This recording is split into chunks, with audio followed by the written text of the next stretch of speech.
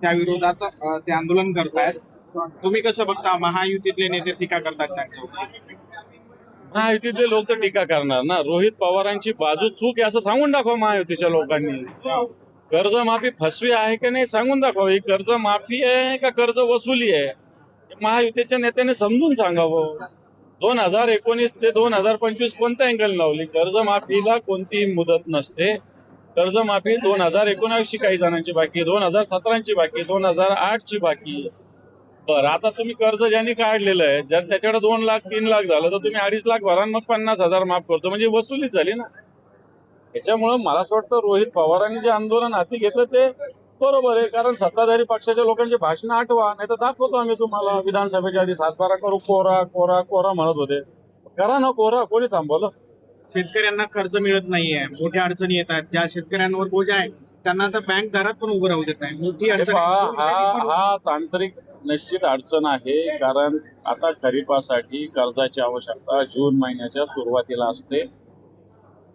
कर्जमाफीमुळं बऱ्याच शेतकऱ्यांनी कर्ज फेडलेलं नाही, त्यामुळे ते थकीत आहेत, डिफॉल्टर आहे. डिफॉल्टर शेतकऱ्याला बँक काही कर्ज देऊ शकत नाही. शेतकरी जून महिन्यामध्ये नव्याचं जुनं, जुन्याचं नवं, आपल्याकडे पद्धत आहे, जुन्याचं नवं करत असतात, बँका त्या देत असतात. पण या कर्जमाफीच्या प्रश्नामुळं असं नवं जुनं सुद्धा झालेलं नाही. परिणामी शेतकऱ्यांना कर्ज मिळत नाही. त्यामुळे एकीकडं कर्जमाफी नाही, एकीकडे बँक कर्ज देत नाही. अशा दृष्ट चक्रामध्ये शेतकरी अडकलेला आहे. मला वाटतं याचं नुकसान मोठ्या प्रमाणावर शेतकऱ्यांचं होत आहे. या दोन्ही मुद्द्यावर शिवसेना काही आंदोलन करते? शिवसेनेनं 16 तारखेला संपूर्ण मराठवाड्यात नव्हे तर मला असं वाटतं महाराष्ट्रात, मला मराठवाड्याची माहिती आहे, सगळ्या जिल्ह्यामध्ये मोठं आंदोलन आम्ही करतोय. कर्जमाफी संदर्भात करतोय, या बँकेच्या कर्ज मिळावं याच्यासाठी करतोय.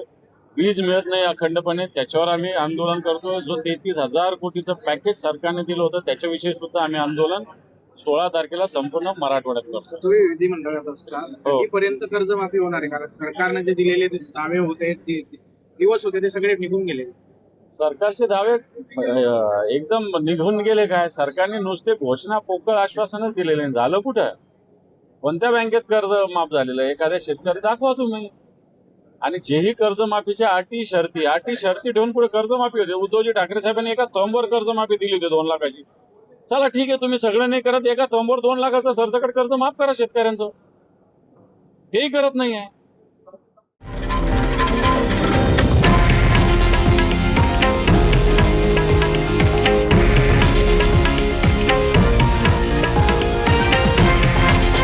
हे आहे देशातील नंबर 1 न्यूज नेटवर्क आणि आपण पाहत आहात TV9 मराठी, एकमेव.